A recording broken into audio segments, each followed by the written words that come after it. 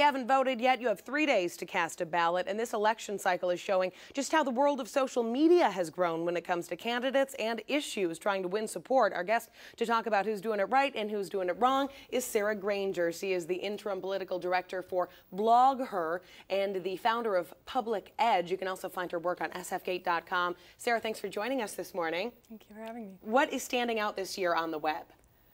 There's a lot. It's really great to see what campaigns have learned since 2008, and I personally have enjoyed watching some of the local candidates who've been doing a really good job.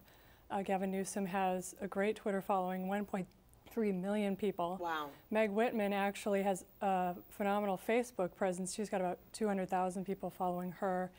And then we have Kamala Harris, who's doing a good job on YouTube, and the Senate candidates out there on Flickr, and so everyone is taking advantage of the social media. No, Flickr, I'm not even aware of Flickr. I must be out of the times. These things just change so quickly, and the people who generally are subscribing to, say, Twitter, Flickr, whatnot, the younger crowd. So this is obviously a way to reach out to them specifically. Are they interested, and how do you pull them into your message?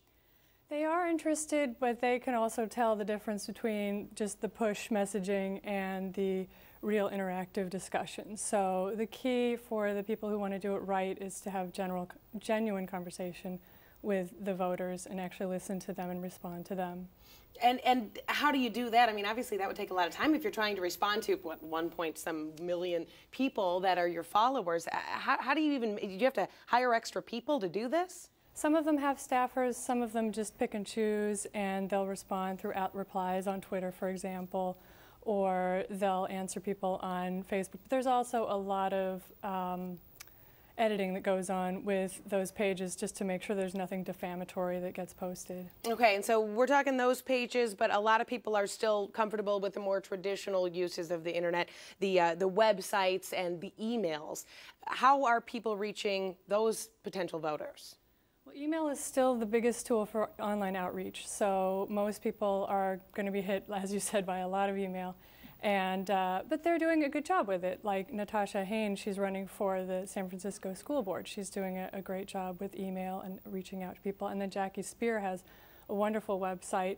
Everything is easily organized so you can find it, and that's important for voters who are researching and want to know more about the candidates. But we're still, of course, seeing plenty of mailers. I got a mailbox full the other day in the last-minute push. So people are just using all of the different resources, it looks like, at this point. Absolutely. Okay, any other websites that political junkies should have bookmarked right now in the final days before the election? Well, I put up on sfgate.com and the City Brights blog, I put up a list of resources, but the most important one is the Secretary of State's office has all the voting information. And then for people who run into voting problems, 866-OUR-VOTE, both online and on Twitter. Great, and you're looking at a list right now on our screen of several websites that Sarah has recommended, and we have a link to all of them right now on our website, cbs5.com. Just go to the left side of the screen and click on the links tag. Thanks for joining us this morning. I'm sure you'll have a busy few days as we get the results in on Tuesday night. Thanks for that. And of course, CBS 5 is prepping all of our coverage, and in the meantime, we have Jim Bernard.